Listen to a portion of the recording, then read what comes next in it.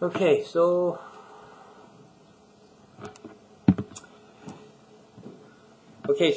I think we covered in the last lecture we covered the J and K as well, and then let's look at this item L. So A transpose is an invariable matrix. How can we prove that? So here, what we want to prove is A is invariable, and then A transpose is also invariable. So that's what we want to prove here.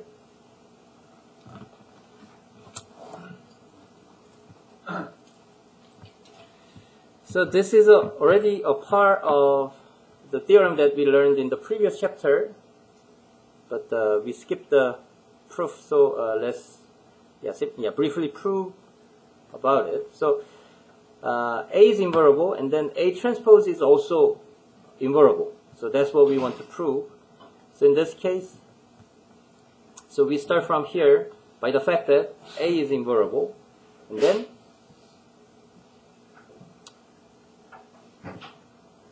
we can simply take the transpose of it, okay, and then we know how we can change this guy as this one. So we apply this transpose to each of these matrices, but the change is the order.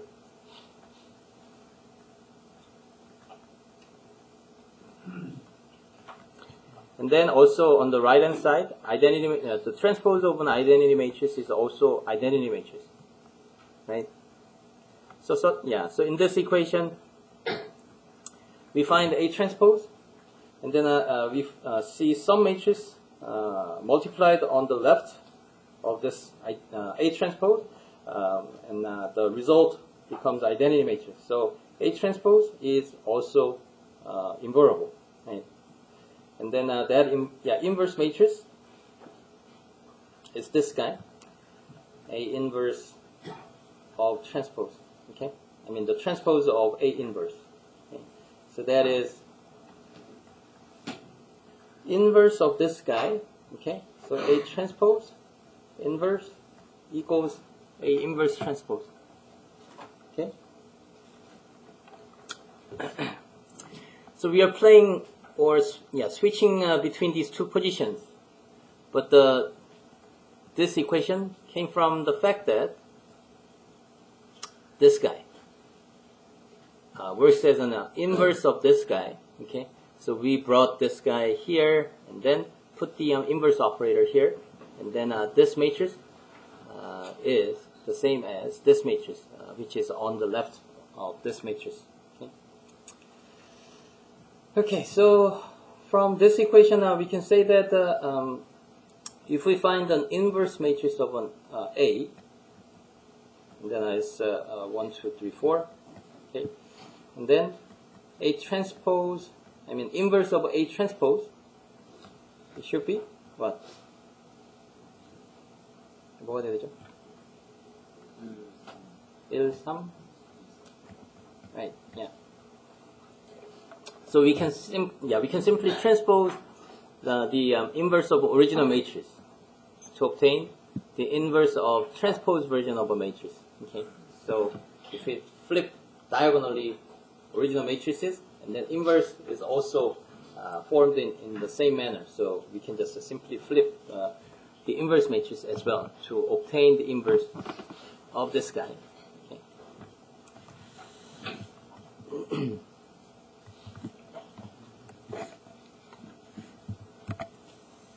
I believe book. Let's see.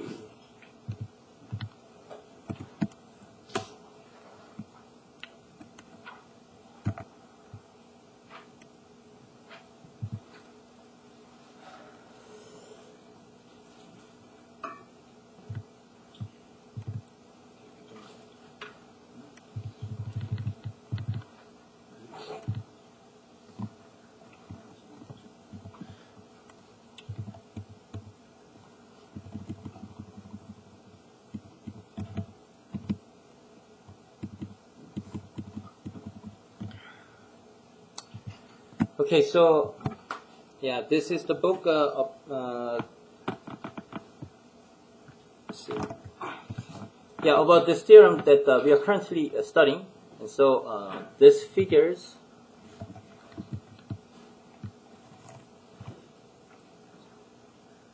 is showing the linkages about our proof.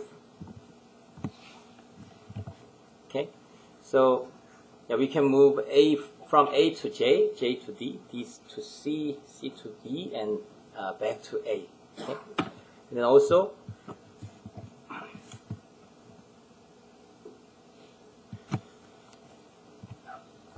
yeah, we can also start from A to K, and then K to G, and back to A.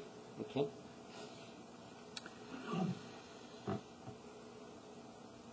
Okay, so in this manner, all these items can be shown to be are shown to be all equivalent.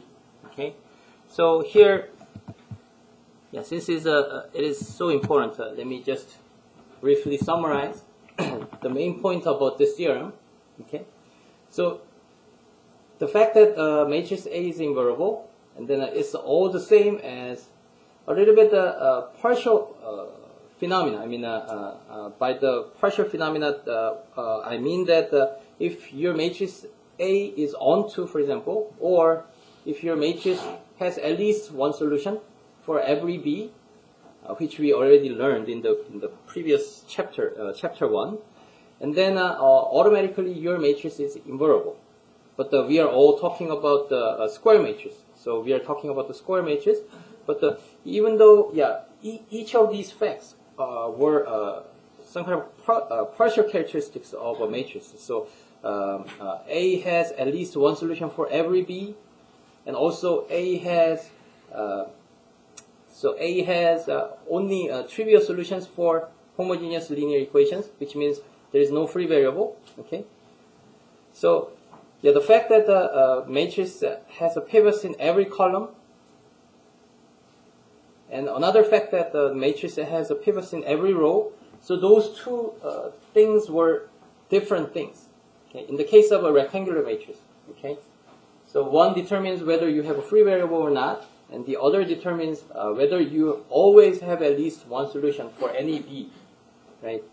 But those two facts are actually the same thing in case of your matrix is a square matrix. Okay? So actually, invariable matrix and this pivots in every row and pivots in every column. So if one of them is true, and then automatically all the rest of them are all true. So that is the point of this theorem 8.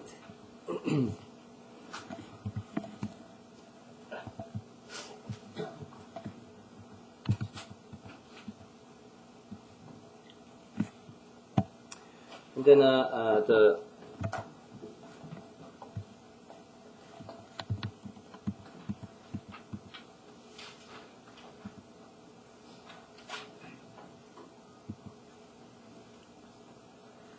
okay, and then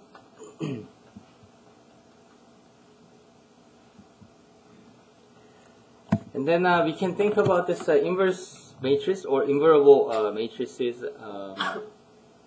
from the perspective of a linear transformation, which maps one vector x into another vector by a matrix A. Okay, and then the fact that A is invariable, or A has an inverse matrix, and then we can it means we can always go back from this output vector to the input vector. Okay, and then this relationship is also uniquely determined. Okay, so the fact that we can come back means we know where we come back to. Okay, so the source or the starting point is uniquely determined. Okay, so that makes it possible for us to come back to the exact same point or exact same place that we started, right? So it means this mapping defined by A should be 1 to 1. Okay, because that way we should be able to map this point exactly to the original point. Okay, so if it goes to this multiple point, and then we cannot determine which one to come back to, right? So definitely this invariable matrix will be one-to-one, as we already learned in the previous chapter. Okay? And also this inverse transformation is determined by this A inverse matrix.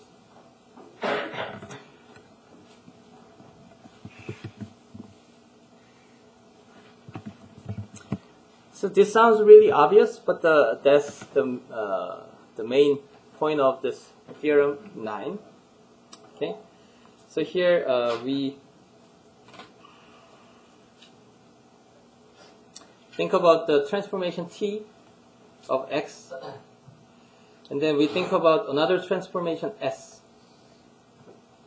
which maps back this output into the original vector X. Okay? And then if we imagine the matrix or standard matrix corresponding to T as A, and the standard matrix corresponding to S as B, and then this mapping can be represented in this form, right? So this relationship should be true for any vector X. And so the matrix B satisfying this equation should be A inverse matrix. Okay. So if B is A inverse, and then this part will become identity matrix, and then it will be always giving the same vector X. Okay.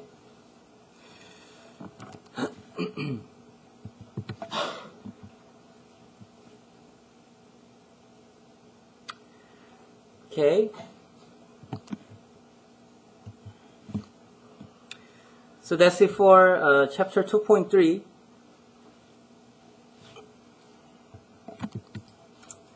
Any questions so far?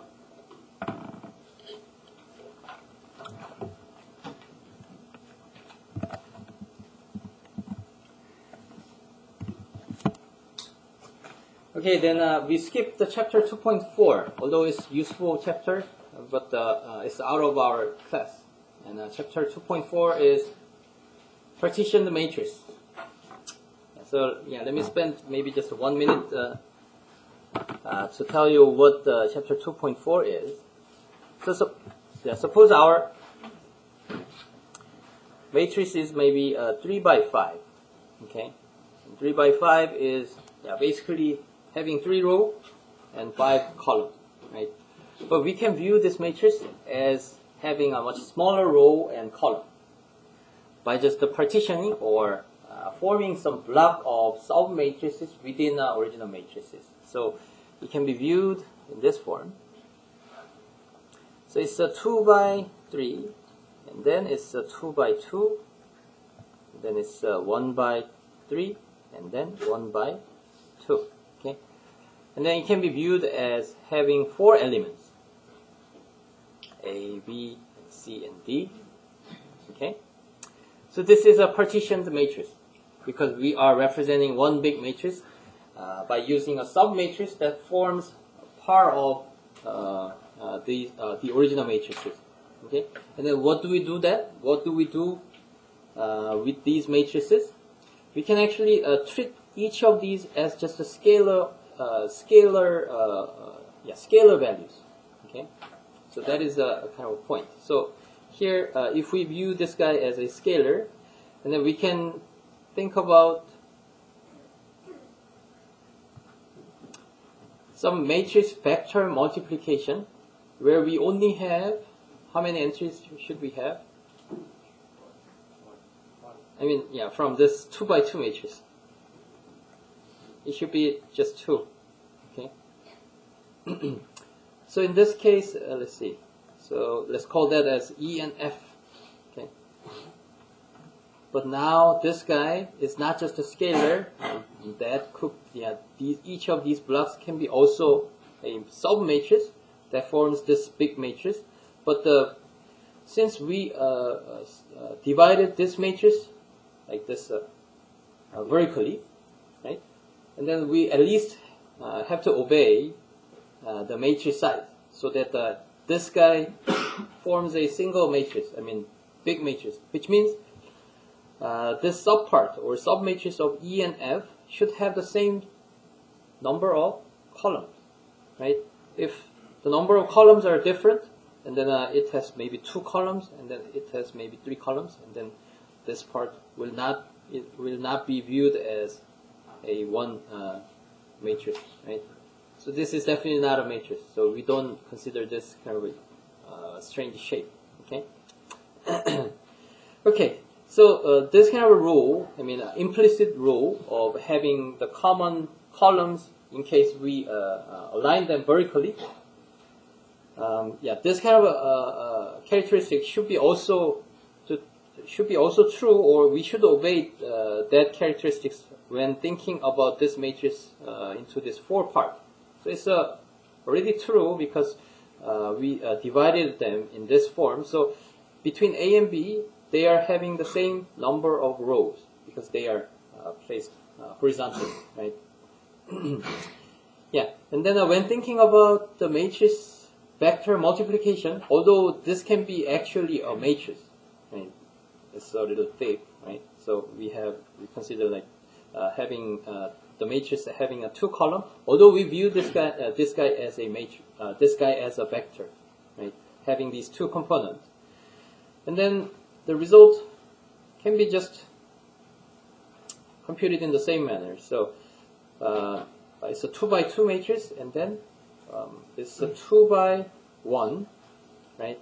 Although it has 2 columns, but we view that as just a single scalar value. Okay, so it's a 2 by 1.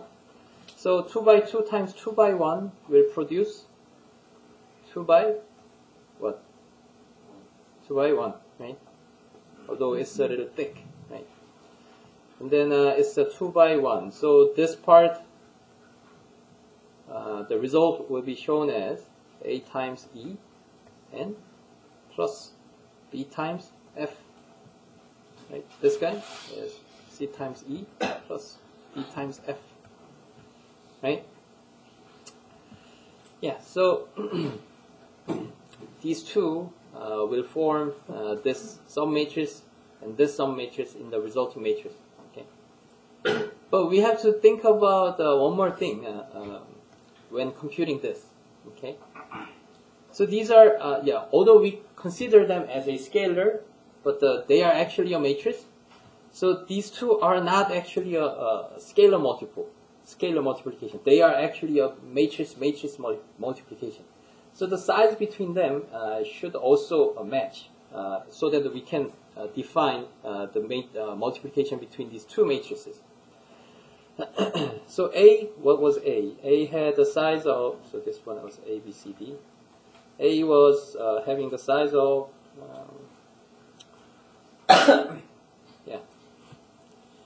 I cannot even read my writing.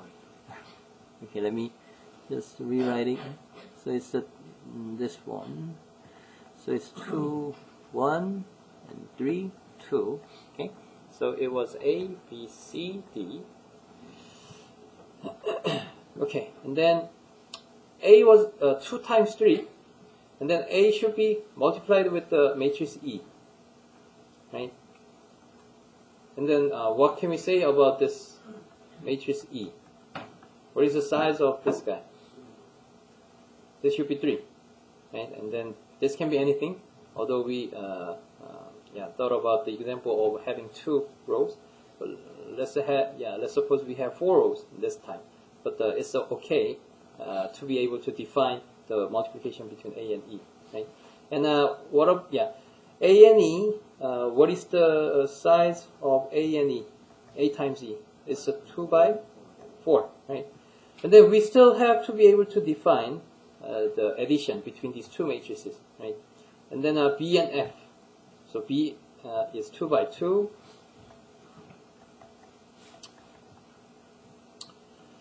And F. So what can we say about the size of here? It's 2, right? So B and F, So B is 2 by 2 and 2 and 4, and so the size is 2 and 4. Okay? So automatically A and E and B and F have the same size of a matrix. So we are okay with defining this addition between these two products of matrices. Okay? So, yeah. So this kind of perspective of viewing this larger matrix multiplications into this block form, this sometimes is is really useful. But this is something that we don't cover in this chapter. Yeah. So that was about the chapter 2.4. So if you're interested, you can look at that chapter. Then we move on to this chapter 2.5 about matrix factorization. Okay, so matrix factorization. Factorization has a Korean interpretation. Does anyone know the interpretation or Korean word corresponding to the factorization? 네, 인수분해. Yeah, so factorization은 인수분해라는 뜻이에요. Okay, so what is the factorization? So x squared, maybe 3x minus 4 can be factored into x plus 4 times x minus 1, right? So this was called 이게 인수분해라고 우리가 불렀었죠. Okay. So in the world of linear algebra handling this matrix, so we are given the original matrix here. So it's corresponding to a single matrix A, and then we have to find some matrix that actually factors A into a product of multiple matrices. Okay, so A is maybe factored into B times C, and then this is one form of matrix factorization because you factorized A into the product of multiple matrices. Okay, but there should be infinitely many ways to factor the one matrix into the product of multiple matrices. Right? But depending on which conditions that we impose to B and C, and also depending on the number of matrices that the target number of matrices that we form the product of, we can define there exist many different matrix factorizations. So in this specific chapter, it's about LU factorization. LU factorization is not LU factorization, it's called LU factorization. Okay, but there are many other factorizations, although we will cover only a few of them. But the other examples include eigen decomposition, or singular value decomposition, or QR decomposition, or Cholesky decomposition, and so on. So there are so many matrix factorizations, and the difference between them, or difference among them, is how many matrices we are targeting as a matrix. I mean the product of these matrices, and also which conditions should each of these matrices obey or satisfy. Okay.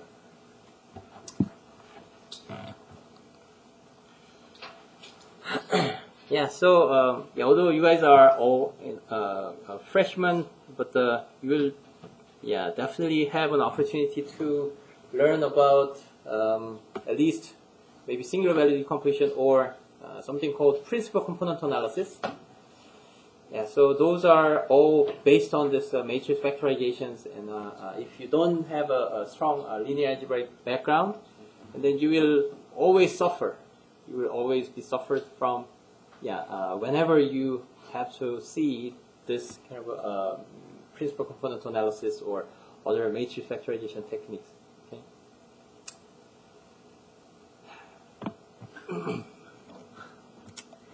Yeah, in fact, my own student who is studying in the graduate school, so he's also still really confused about how the PCA or principal component analysis or other matrix factorization works. Yeah, so I hope you guys don't have such problems. Okay, so this factorization is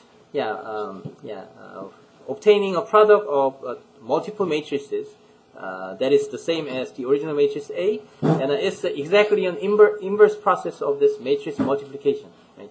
So if A is B times C, and then typically if we are given B times B and C, and then we can easily compute the matrix multiplication so that we can obtain the matrix A.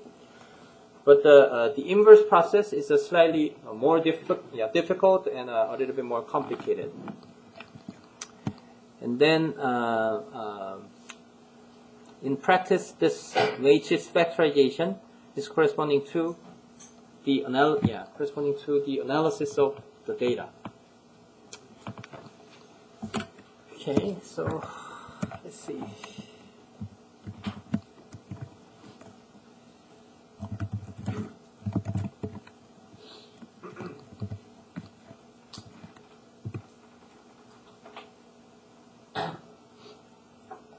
Okay, so I searched for the term called Fisher phase.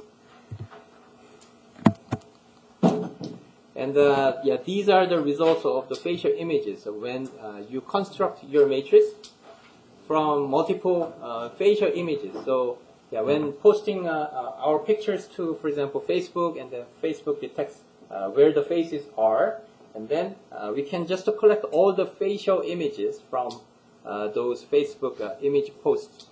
And then we can easily construct these into a single matrix from multiple images. And that approach is really simple. So if one image has the size of maybe 20 by 20, because 20 by 20 was corresponding to exact facial region from our picture, and then 20 by 20 pixels will have RGB value, right? And so it's actually an array of 20 by 20 by 3, right? And then we can just align them into one single vector. For example,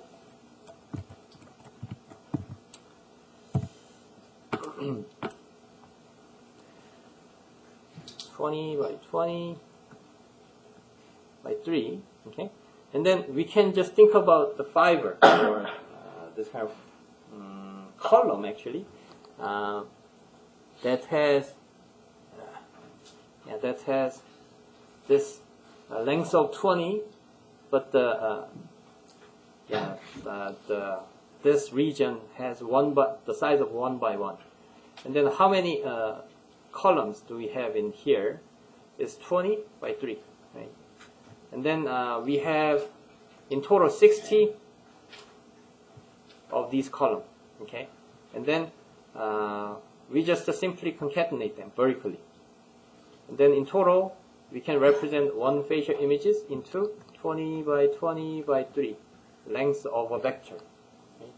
And then if we have 100 pictures or 100 facial images, and then we just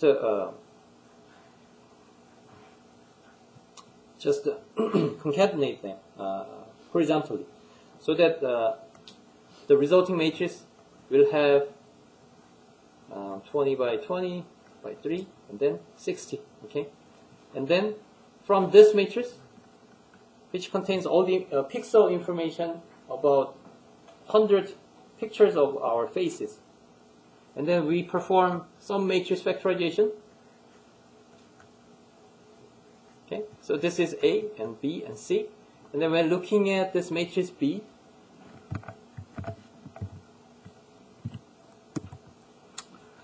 that B matrix, when reconstructing them into an image, they are shown in this form. Okay, so that is called Fisher phase, and this Fisher phase, have been around at least like 30 years or so. Yeah, probably I'll be right. So this is just one really simple example, but this kind of matrix factorization can reveal really interesting aspect about your data when you try to understand and analyze your data. Okay, so as a starting point,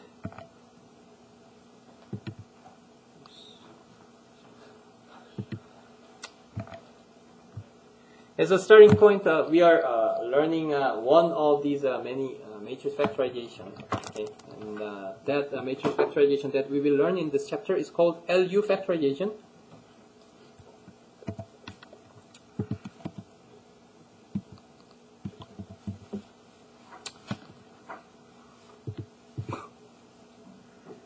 Okay.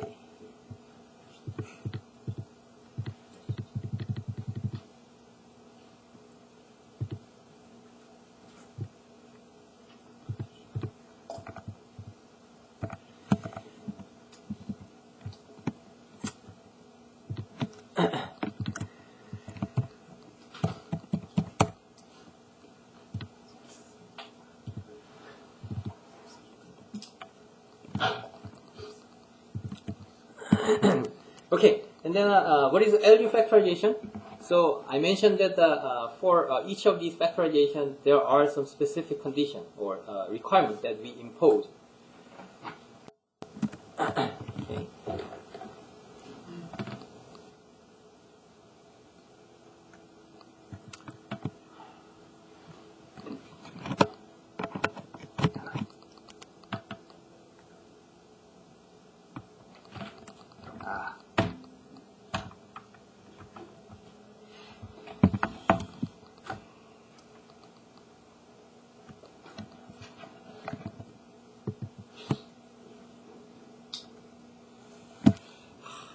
펜이 죽었네.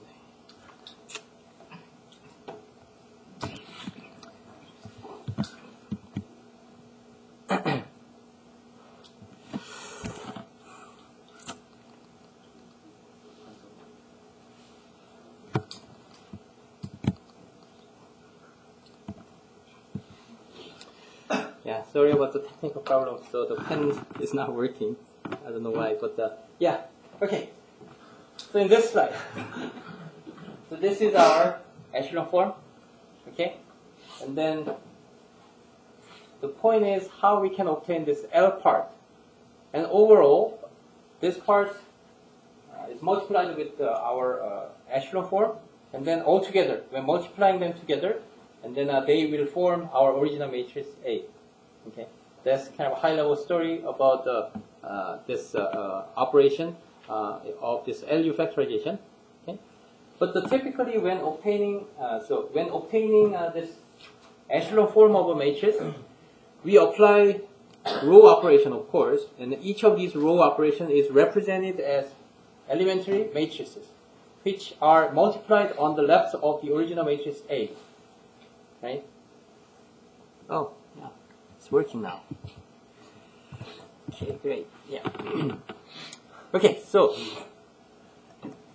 we changed the matrix A into our echelon form of a matrix, which we now call matrix U, which is an upper triangular shape, And then suppose that sequence is E1, E2, and EP. Okay? And then this part, if we take the inverse of this part,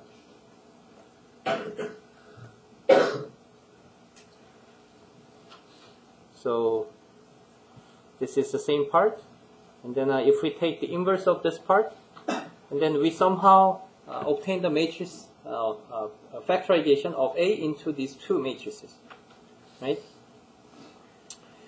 And then if your matrix A has some conditions, if A has A satisfies some conditions, and then this part, which is an inverse of your elementary matrices that you applied to obtain this upper triangular matrix or echelon form, and then this part will be lower triangular matrix. Okay, and that lower triangular matrix or this part can be immediately obtained instead of just multiplying each of these elementary matrices that you formed and then having to compute the inverse of this. So you don't need to follow this process. Okay, it can be done in a much simpler steps. Okay, so this is a little bit of a magic or a benefit of this LU factorization, but it's only true. I mean, you can take this kind of advantage only when your matrix A satisfies a certain condition. Okay, so that condition is this guy.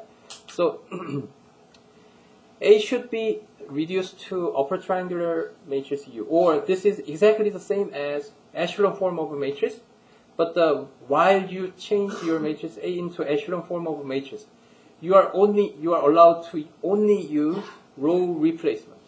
So you are not allowed to use interchanges between the rows. Okay, so you cannot change the interchange between the rows. And also, you cannot use the scalar multiple of each row. But scalar multiple is okay. I mean, we are okay and not to use them when we only want to have echelon form. So if you think about how you change the matrix into echelon form, and then you don't need to do this row scalar multiple of each row. Right? You just leave it as it is. So 2,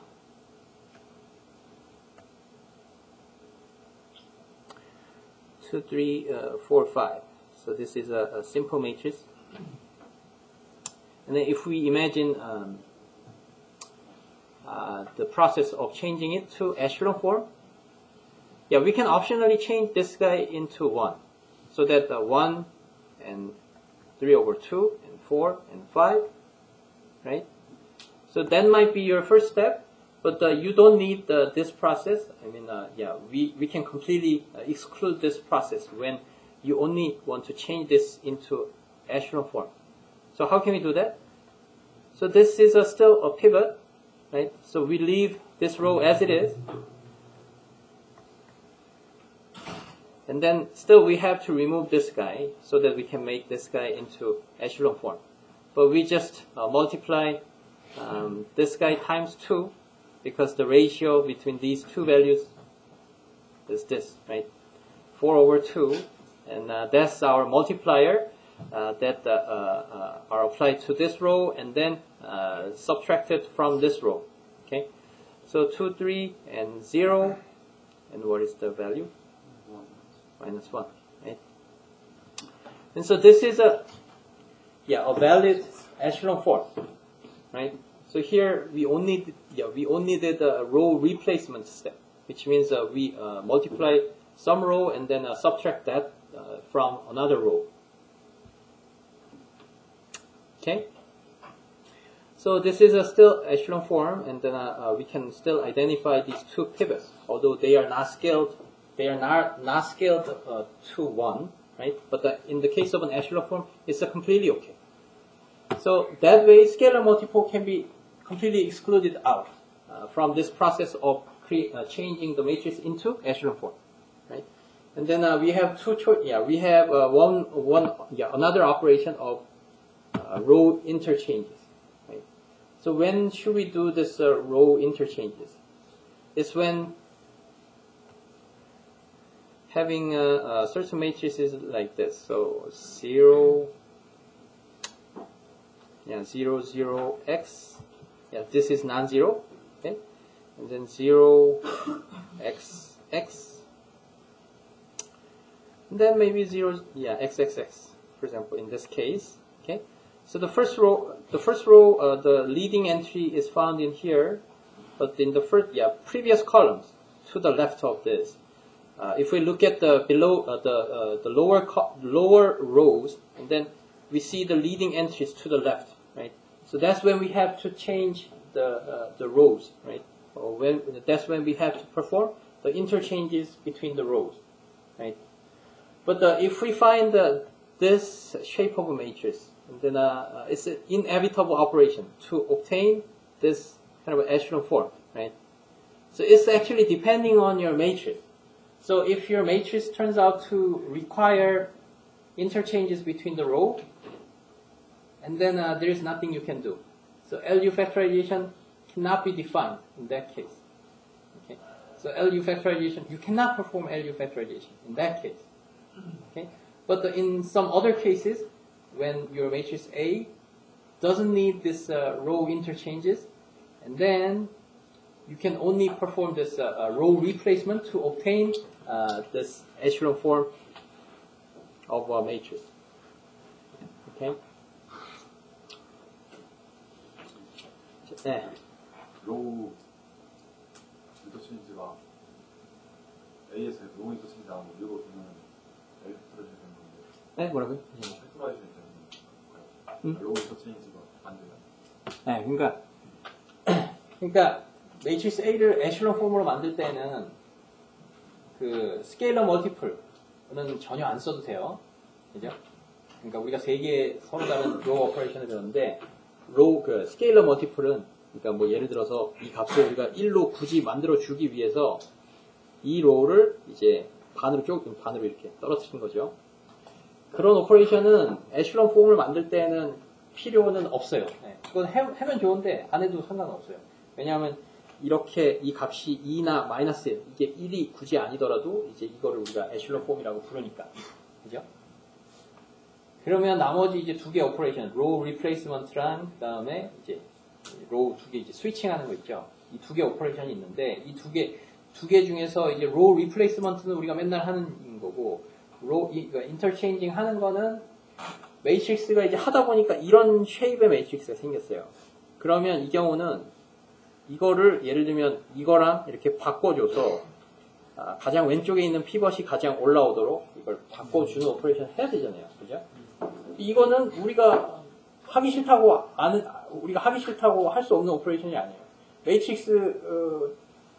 매트릭스를 에슐론 폼으로 바꾸는 과정 중에 이런 모양이 나오면 어쩔 수 없이 해야 되는 거예요. 그죠? 그런데 만약에 매트릭스가 저런 게 생겨갖고 우리가 이걸 해야 된다. 그러면 이 중에 누구는 그런 로우 인터체인징 하는 그 매트릭스를 가져야겠죠. 그죠? 그 경우는 LU가 정의가 안 된다는 거예요. LU 팩토라이제이션 우리는 할 수는 없어요. 그게 왜 안 돼요? 왜 안 되냐고요? 왜 안 되는 거는 왜 안 돼? 사실 안 된다고 하지만 우리가 되는 걸 안 배워서 안 된다고 내가 얘기를 하는 거지. 사실 이게 이런 게 있어요. LU 팩토라이제이션이 이거 보통 LU 팩토라이제이션 여러분들이 제대로 배우면 이거 한 달 정도 배워야 돼요. 한 달 정도 배워야 되고 그 다음에 이거를 LU 팩토라이제이션 보통 이렇게 나타내요. PA는 LU, PA는 LU. P가 뭐냐? 뭔지 아는 사람? 아는 사람은 없어야 정상인데 이제 P는 이제 permutation이라고 불러요. permutation은 뭐냐면 순열인가요? permutation? 순열이고 네, permutation matrix 이게 뭐냐면 이게 이거예요. 그러니까 뭐냐면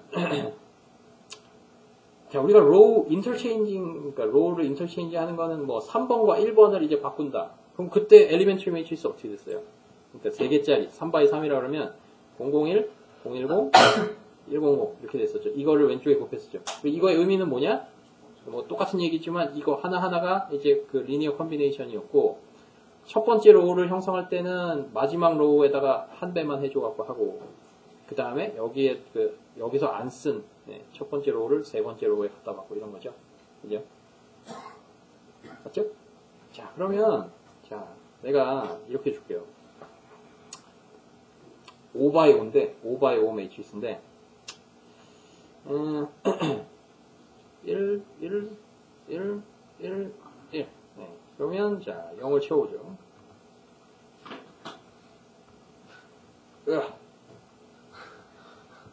오케이. 네, 개수 맞죠? 네, 오케이. 자, 이런 매트릭스가 있다고 생각을 해봐요.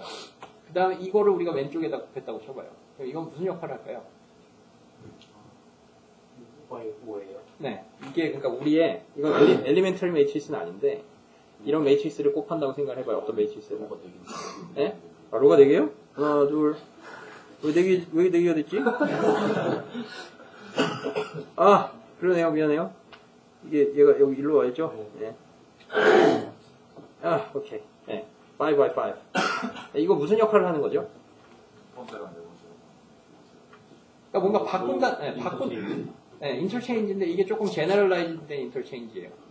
그리고 이건 인터체인지라고 보기보다는 로우를 뒤섞은 그러니까 서로 이렇게 이렇게 합쳤다라기보다는 로우를 이렇게 순서를 새로 매긴 거예요.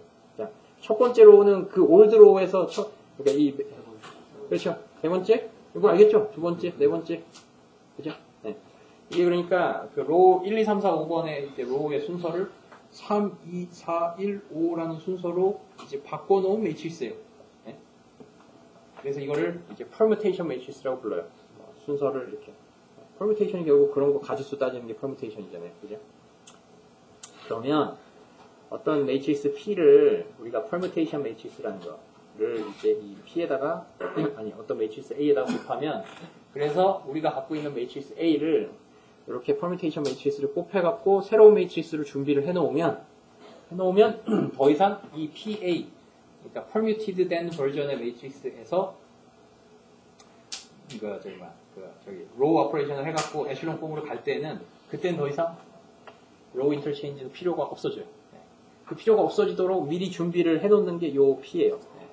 그리고 요 P가 우리가 이제 로우 인터체인지 할 때마다 그걸 LU 파트 쪽으로 보내는 게 아니라 A의 왼쪽에 있는 이 P 쪽으로 이렇게 보내면 이제 LU 팩터라이제이션이 결국은 그래서 세 개의 매트리스를 구해야 돼요. L과 U와 그 다음에 P 이 세 개를 구하는 형태의 프로세스 혹은 알고리즘으로 바뀌어요.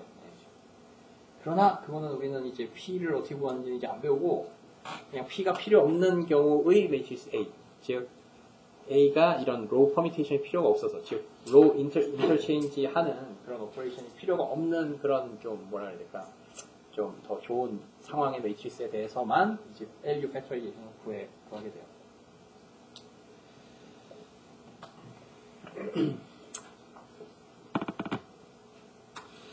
Okay, so yeah, let me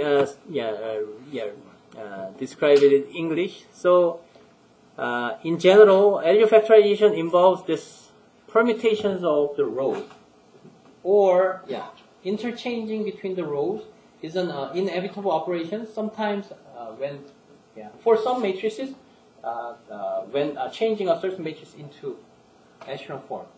But we do not consider such matrices when studying this LU factorization. So we only consider the matrix that doesn't require any steps of these row interchanges when changing the matrix A into echelon form. Okay? So that way, we completely removed scalar multiplication of rows, and also we are assuming that the matrix does not require any row interchanges, and then all the operation that forms the sequence of this row operation in here is just one kind, which is a row replacement. Okay?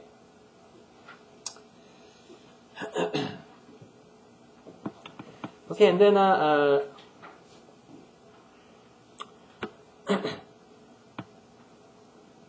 and then in the case of row replacement, that we form each of these E1, E2, and EP, they are having a certain shape. They have a certain shape, and they are actually lower triangular. So, so here, so if we imagine this process of making a reduced echelon, echelon form,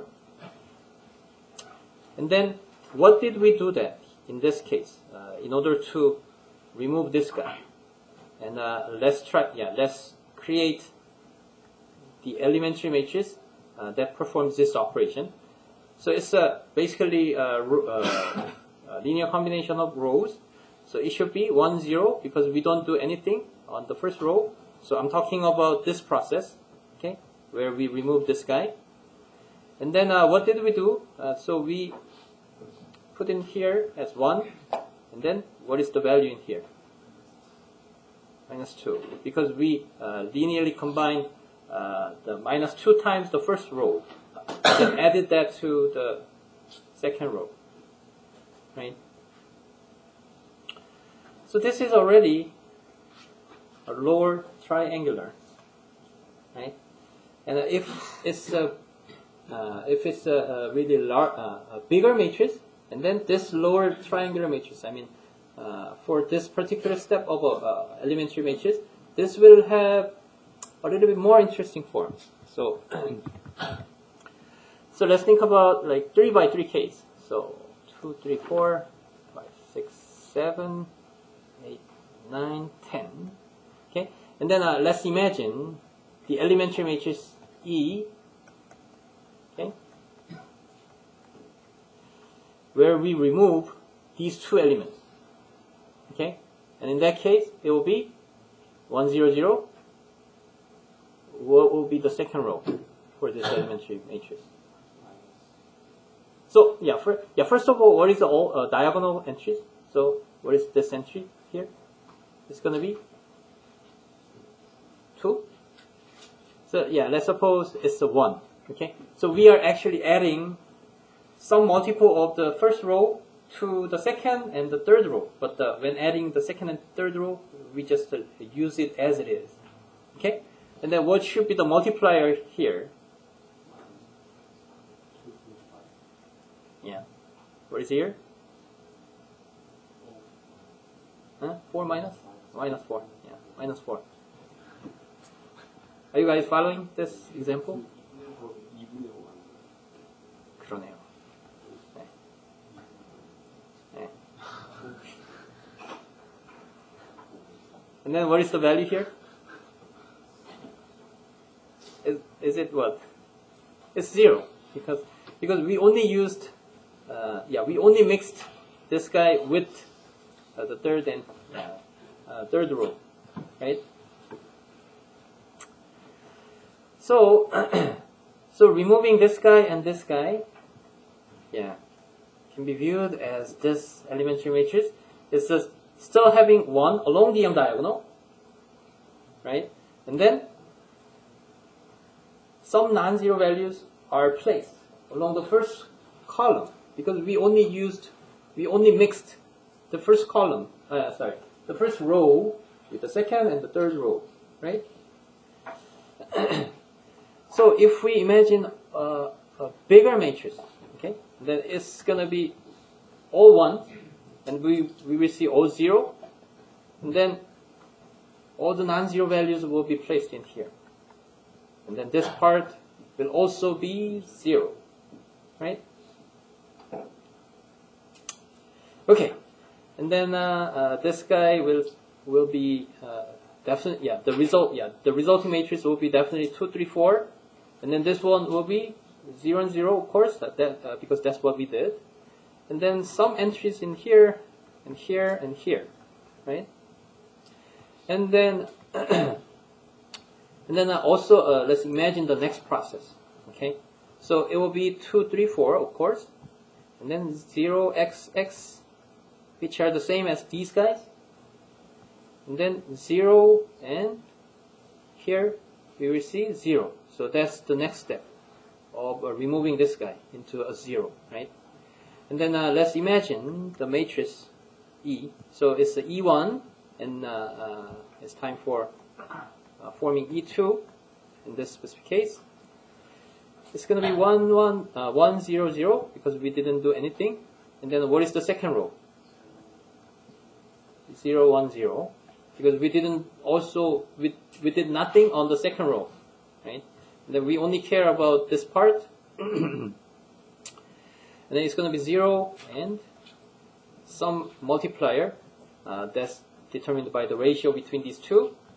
And then we will see 1. Okay. And in more general case where we handle bigger matrix,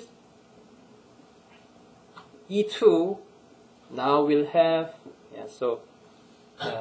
related to this guy, which is a bigger version.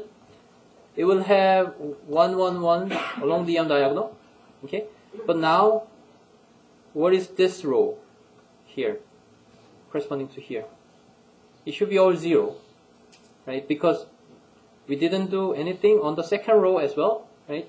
But we are using the second row and multiplying it and then adding or subtracting it to another row below it.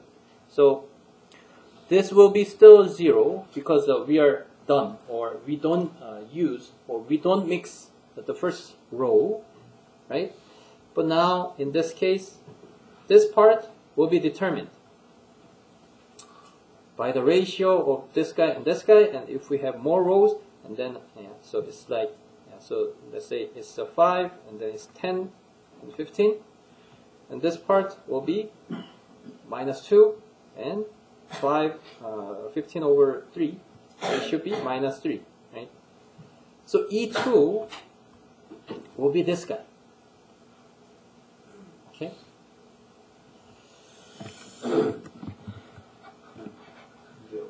지금 말씀하신 게 E1부터 해서 대각선 아래쪽에만 숫자가 오잖아요. 네. 근데 이렇게 L은 그것들을 다 곱하고 돼요. 평면이잖아요. 네. 그것도 밑에만 나와요. 네. 그게 포인트인데, 네. 불행히도 우리는 그건 증명은 안 할 거예요. 그냥. 네. 근데 그렇게 돼요. 네. 네. 네. 아주 날카로운 지적이에요. 그래서, okay, so these are elementary matrices that we apply on the left. So A becomes echelon form of matrix, okay? And then we now know what this E1 through EP, right?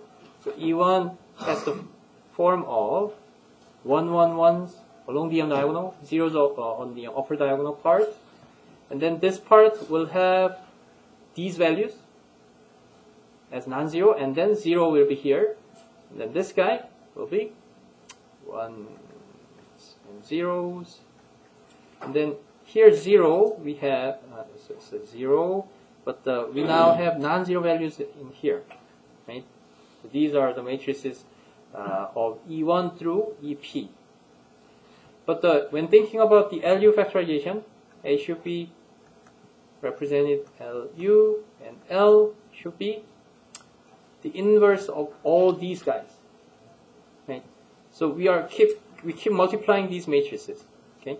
And then we have to first form each of these matrices, and then we have to take the inverse of it to form this L, because that was this L part, okay? Or another way is, so we just multiply all these together and then compute the inverse, but we can also compute the inverse of each part, each matrices, okay? And then multiply them together. So suppose this guy's inverse